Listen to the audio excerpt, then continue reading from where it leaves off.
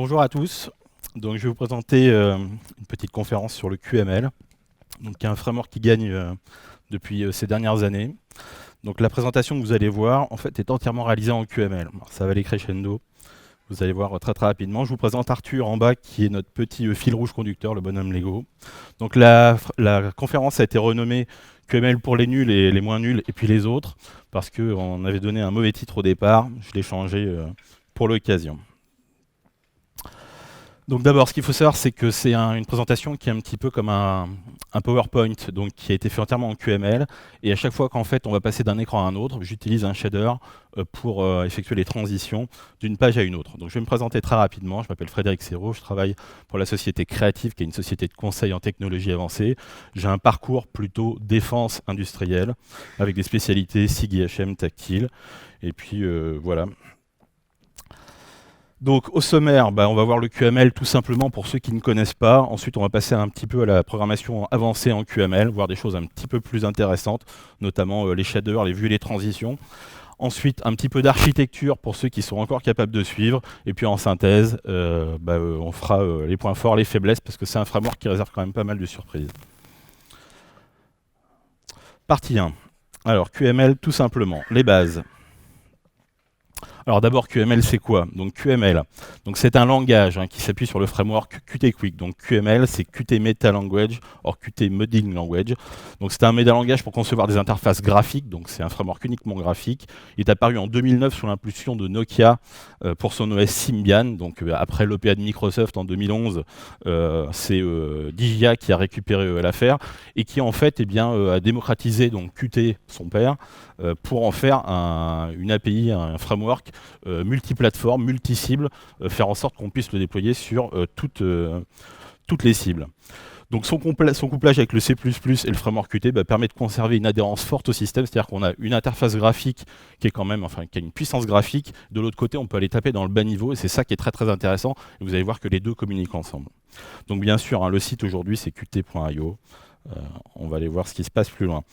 Donc une introduction au QML. Le QML en fait c'est un langage hiérarchique. Donc on met en place des éléments. Donc par exemple, comme je vous l'ai dit, le framework c'est Qt Quick. Donc on commence par importer sa dernière version, la version 2.5 ou 2.6, en fonction de la version de Qt qui est installée.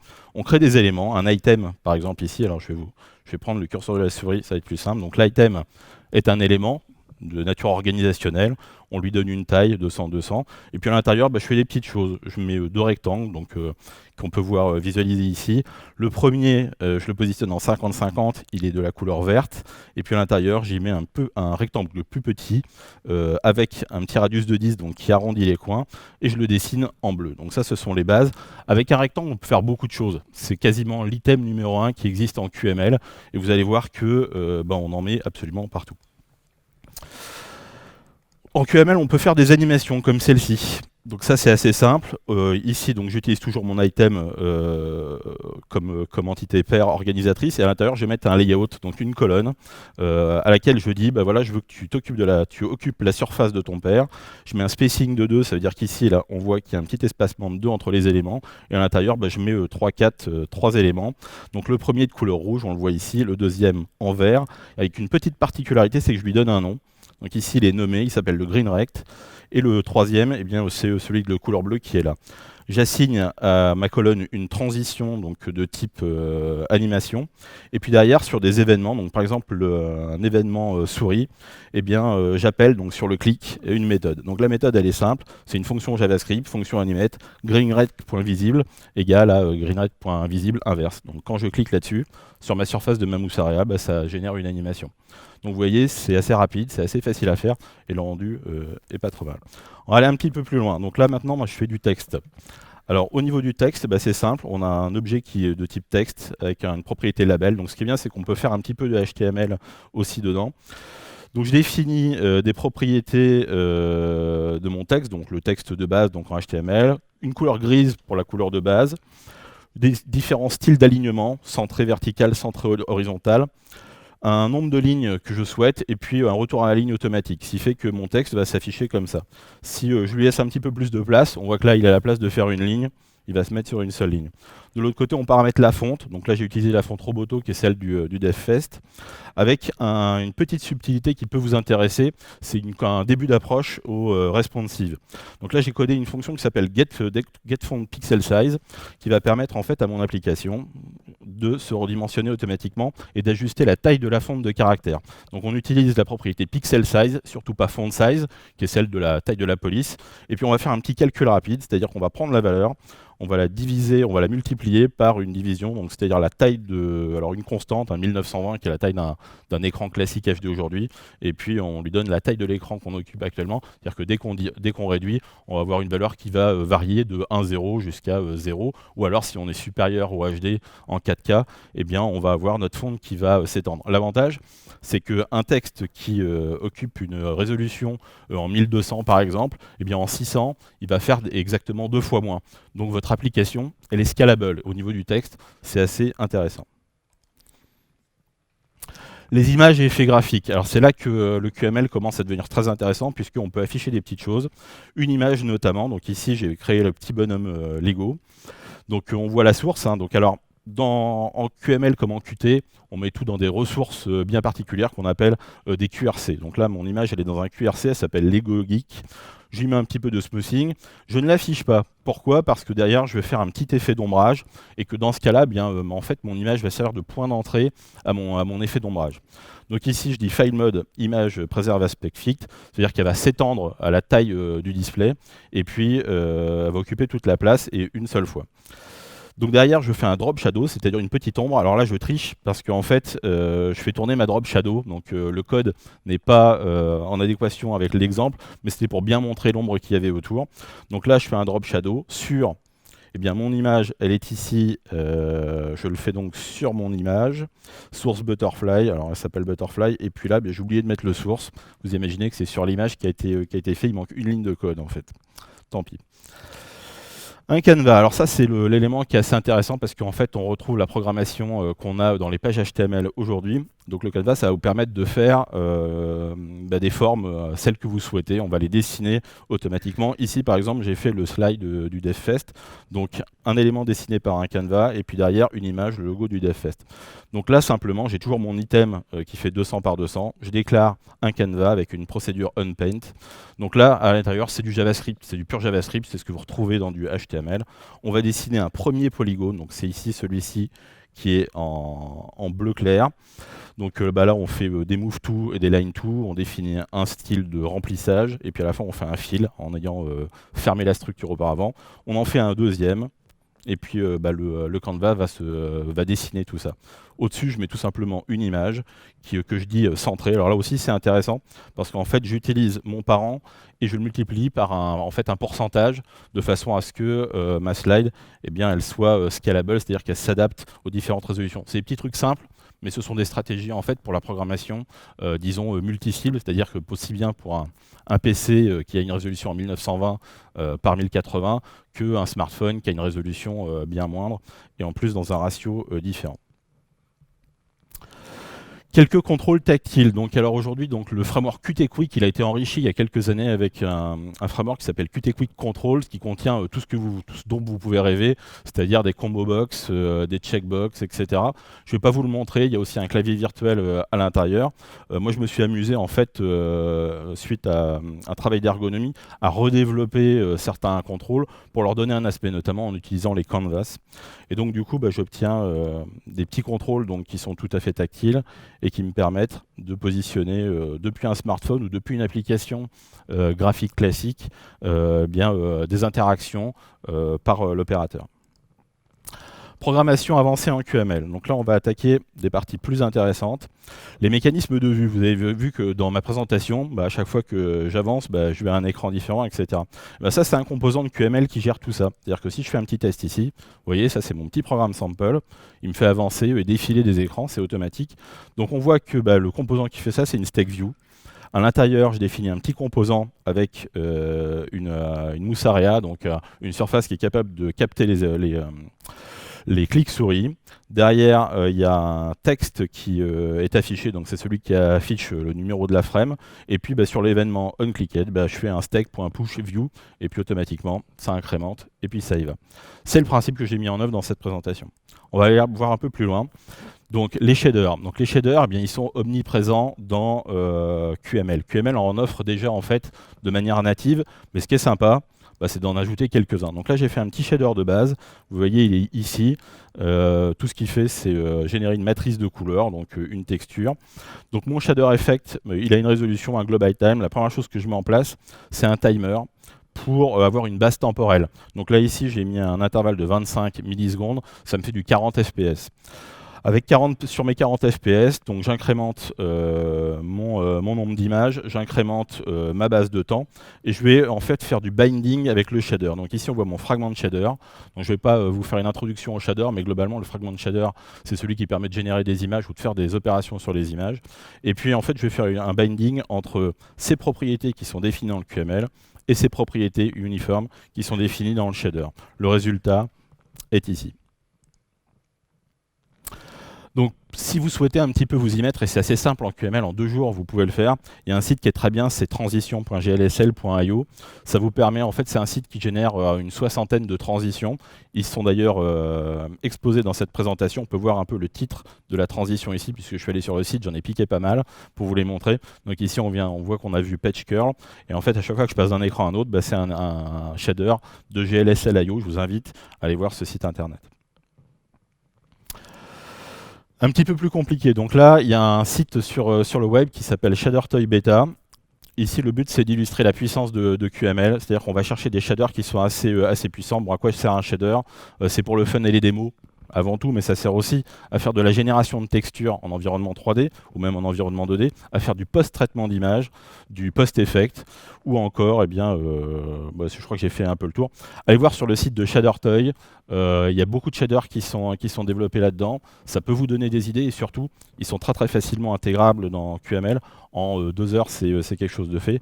Je rentrerai dans les détails pendant le question-réponse si certaines personnes veulent voir un petit peu. En tout cas, on va en regarder quelques-uns pour vous montrer que QML supporte très bien l'intégration de shaders, de fragment shader, de manière assez naturelle.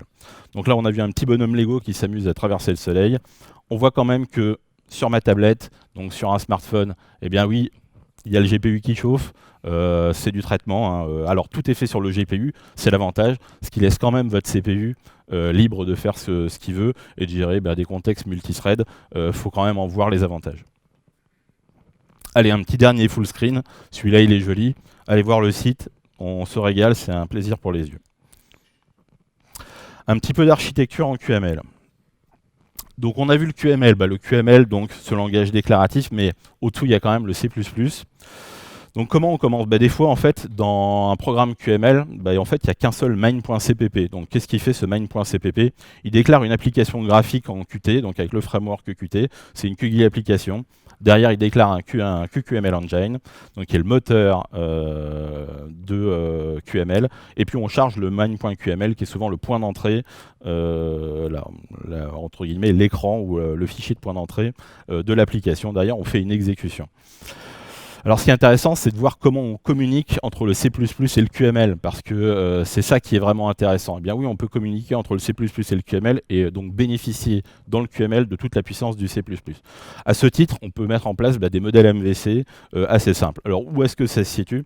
Donc le modèle, souvent, il est quand même conseillé de le mettre côté C++. Pourquoi? Parce qu'il y en a une grande collection, notamment les QAbstract Model, le QAbstract Item Model, celui qui est natif en Qt, ou le QAbstract Table Model. De l'autre côté, en fait, en QML, on a un list model, mais en fait qui va être constant, c'est-à-dire qu'il ne va pas être modifiable dynamiquement par le programme. Donc en fait, on a un modèle qui a peu d'intérêt, mais cela dit, dans une présentation qui fait 30 pages, mon modèle est fixe, je n'ai pas besoin de le faire évoluer, donc là, je peux utiliser un list model. La vue, elle est uniquement en QML, c'est toute la partie affichage, donc là, on crée des composants en QML qui vont afficher. Enfin, le contrôleur, il est en C++, évidemment. On va, depuis QML, solliciter le C++, donc des objets qui vont être exposés au QML, et on va solliciter leur méthode par invocation. C'est expliqué un petit peu plus loin.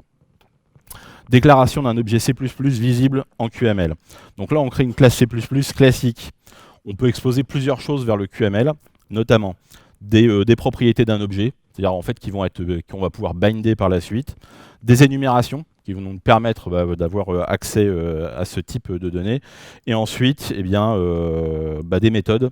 Donc hop, elle est un peu cachée, mais des méthodes qu'on rend invocables, c'est-à-dire par exemple ici le setPosition qui est tagué QInvocable et donc qu'on va pouvoir appeler depuis le QML. Donc ici la mécanique, je la rappelle pour ceux qui ne la connaissent pas, j'ai une propriété donc, qui est définie qui s'appelle name, enfin mname, qui est exposée sous la forme name. J'ai un accesseur, donc j'ai mes deux accesseurs setName et name, et puis ici j'ai ma propriété qui s'appelle name, qu'on lit name et qui avec un setName met à jour la propriété. Derrière on a l'événement, donc le signal qui est déclenché qui s'appelle nameChange et qui permet à QML d'être notifié du changement de la propriété. Ici, un petit bout de code assez intéressant, c'est comment s'enregistrer au niveau de QML. Eh bien, c'est simple, on appelle la méthode QMLRegisterType. Donc, on va définir un package, un petit peu comme en Java. Donc ici, c'est component.framework, je l'ai mis à 1.0, et là, c'est position. Et le type qui est enregistré, eh bien, il manque en fait. Il devrait être affiché là, mais il ne s'est pas affiché. C'est le type position, ou alors le type component. Donc, il manque un léger segment de code que je modifierai plus tard, je ne l'avais pas eu. Création d'une instance d'un objet. Donc là, on a vu comment déclarer un objet en QML. Maintenant, on va alors comment créer un objet dont on expose les éléments à QML. Maintenant, on va montrer vraiment comment on l'enregistre. C'est simple en fait. Ici, donc je crée mon main.cpp et j'appelle mon component.register.qml, qui est ma méthode statique. De l'autre côté, en QML, je déclare un component dans mon item. Et puis le name, je vais l'appeler myComponent et l'id myComponent, alors avec un petit m. Derrière, ça me permet de l'appeler tout simplement. Ici, j'appelle le myComponent.setPosition, qui était bien en fait la méthode invocable qui était déclarée au niveau de la classe.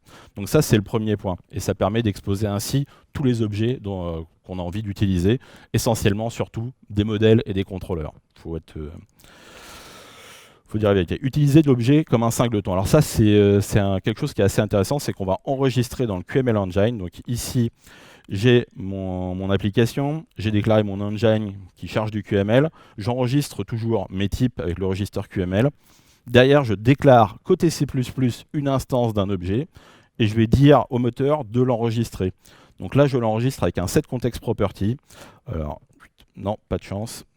Je l'enregistre avec un setContextProperty, je l'appelle myCppComponent et je lui donne la référence de l'objet derrière, ce qui va me permettre tout de suite de l'appeler directement d'un point de vue du QML. Il est enregistré, c'est une instance unique, donc un singleton par définition, qui peut être appelé dans un petit programme QML. Donc le QML, l'avantage, c'est qu'il est multiplateforme, multi-cible. Le rendu est souvent réalisé en OpenGL. Mais alors sur d'autres plateformes, comment ça se passe ? On utilise souvent l'OpenGL ES, donc qui est ES pour Embedded System. Donc sous Android, par exemple, c'est OpenGL ES. Sous ARM Linux, c'est de l'OpenGL ES. Sous Windows, si on appelle OpenGL ES, il y a un truc qui est marrant, c'est que en fait, ça appelle un driver développé par Google qui s'appelle Angle. C'est en fait une passerelle entre donc l'API OpenGL ES et les DirectX. Donc si vous voulez utiliser DirectX dans vos applications QML, vous pouvez vous solliciter tout simplement OpenGL ES et ce sera le cas sur un desktop de type PC. On peut même poser une variable d'environnement, donc Qt Angle Platform, et dire que moi je veux une compatibilité avec les Direct 3D11, comme ça on est compatible avec une certaine version de DirectX, c'est quand même intéressant. Alors bien sûr il faut privilégier OpenGL quand même, OpenGL ES est beaucoup moins puissant. Synthèse et fin. Donc QML, je vous l'ai montré, c'est assez simple à utiliser parce que cette présentation, j'y ai pas passé 100 ans. Les points forts de QML, c'est le rendu qui sont superbes, le développement est rapide et très très rapide. Les fonctionnalités avancées commencent à arriver, intégration de TriJS notamment pour la 3D ou Qt 3D, Qt Quick 3D encore pour la 3D. L'enregistrement et la lecture vidéo, donc tout ce qui est accès aux fonctionnalités multimédia et aux fonctions tactiles, tout ça c'est déjà présent. Attention, ça ne marche pas toujours. En fait, quand on change d'un PC à un autre ou d'une plateforme à un autre, il y a des fonctions qui peuvent tomber. Le framework manque de maturité. Il faut savoir que DJI quand même publie une version quasiment tous les 2 à 3 mois. Aujourd'hui, on est en 5.62, qui est une version qui corrige 900 bugs par rapport à la 5.6.1, qui a été publié juste un mois avant. La 5.8 montre de nouveaux contrôles. Bref, c'est un framework qui avance très vite. Donc ses faiblesses, je viens d'en parler un petit peu. Pas mal de composants buggés. L'éditeur Qt Creator, qui est capricieux et ne prend pas toujours en compte les modifications de code. La compilation est lente à cause de l'adhérence avec le C++. En conclusion, QML commence quand même à s'imposer comme une technologie d'avenir, complètement multiplateforme, entièrement pensée mobilité, et le framework est séduisant, c'est indéniable, on peut faire de très très belles choses. Maintenant, je pense qu'on passe aux questions-réponses. Je suis peut-être un petit peu en avance, mais ça va nous permettre d'y aller tranquillement. Performance, déploiement, Android, à vous de me solliciter. Est-ce qu'il y a des slides sur lesquels vous voulez qu'on revienne?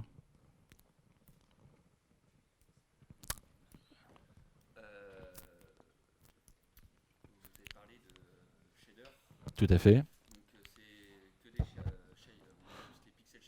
Non, on a les fragment shader et les vertex shader. Alors les vertex shader, on les utilise beaucoup moins. Là, ça fait appel à une structure 3D beaucoup plus avancée. Donc aujourd'hui, c'est surtout les fragment shader et c'est aussi ceux qui sont implémentés nativement dans Qt. Alors si vous voulez vous mettre un petit peu à QML, il faut savoir que il suffit de télécharger l'environnement Qt Creator. Il y a bien une centaine d'exemples qui démontrent comment utiliser toute l'API. Elle est très très riche. Et en fait, en désossant un petit peu les samples qu'ils nous offrent, bien vous pouvez vous mettre très très facilement à QML et même à la programmation des shaders ou à l'import, à l'utilisation de ceux qu'on trouve sur Internet. D'autres questions?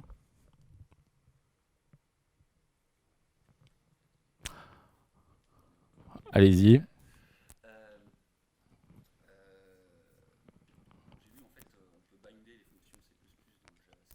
Tout à fait. Tout à fait. Alors, c'est-à-dire l'inverse, c'est-à-dire appeler du QML. Alors, aujourd'hui, donc, est-ce qu'on peut appeler des fonctions de QML, de JavaScript qui sont exposées en QML dans un programme C++? Alors, il n'y a pas vraiment de besoin. Moi, là, je viens de faire un projet avec 4 développeurs sur un an. On n'a jamais rencontré le cas. Il faut savoir que tous les composants QML, ils sont développés avec le framework Qt. Ce sont tous des QQuick items et que ils ont une hiérarchie dans le moteur, dans le QML Engine, qui est bien sûr exploitable à l'intérieur de l'application en C++. Mais les cas d'utilisation sont très très rares et sont fortement déconseillés. Le plus simple, c'est quand même de bénéficier depuis un fichier QML bien de la puissance offerte par le C++. D'autres questions?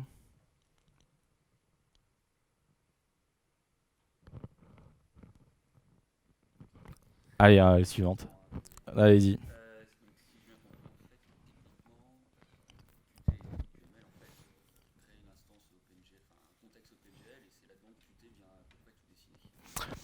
Alors, en effet, donc dès qu'on crée une application Qt, de toute façon, c'est Qt, c'est le moteur de Qt, on a un contexte avec un driver graphique particulier.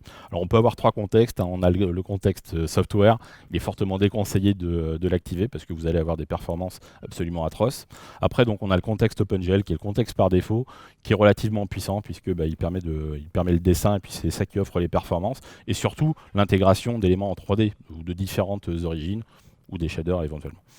On a donc, comme je vous ai dit, la possibilité de passer en DirectX. Ça peut être intéressant d'utiliser DirectX parce qu'on est quand même là, par exemple ici je suis sous Windows, même c'est une tablette Windows, et dans ce cas là il peut y avoir de meilleures performances. C'est quand même relativement rare. Il y a aussi des fois des problèmes de compatibilité, des problèmes de driver. Il ne faut pas oublier que Qt avance très vite et de temps en temps il suffit d'avoir un nouveau driver avec une carte Nvidia ou etc. pour que vous ayez un problème avec votre application.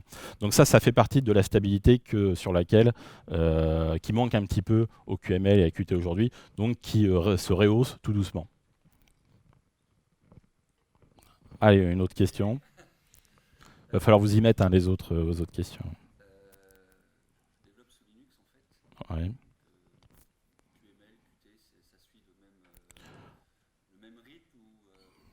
Alors, Qt, QML sous Linux, eh bien oui, en fait, aujourd'hui, donc il y a un framework unique et qui a des capacités multi-cibles. Donc aujourd'hui, là, par exemple, j'ai un petit tutoriel qui permet de compiler avec les outils Qt sous Android. Ça ne pose aucun problème, le code est tout à fait compatible. Après, bien sûr, donc, le problème du C++, c'est que ça tire tout un tas de librairies et que ces librairies, en fait, donc elles ne sont pas forcément compatibles avec les plateformes destination. Une lib qui est sous Linux ou qui est sous Windows, eh bien, elle ne compile pas forcément dans les deux cas. Si on s'en tient strictement à Qt et à QML, donc au framework Qt qui est quand même assez imposant, hein, qui est massif, eh bien, on a des applications qui sont entièrement multiplateformes et qui permettent eh bien, une compilation ou un déploiement sur d'autres plateformes.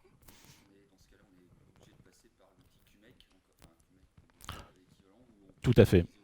Non, tout à fait. Le mocking est toujours présent. Alors par contre, on peut faire aussi des applications qui sont purement QML, c'est-à-dire qui sont donc, notamment sur mobile, où on peut vouloir faire des petites applications sympathiques, comme on fait aujourd'hui, des petits jeux qu'on déploie sur iOS, etc. Eh bien, on peut, sur iPhone, eh bien, on peut les développer entièrement en QML, et donc se délester de la partie C++, qui évite justement les problématiques de mocking et puis de compilation un petit peu lente.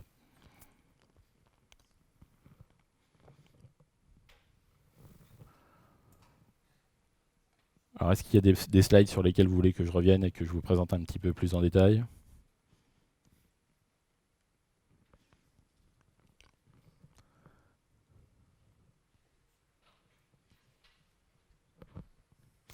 Alors, pour ceux qui sont intéressés, je peux continuer un petit peu sur présenter le code qui a permis de faire ça.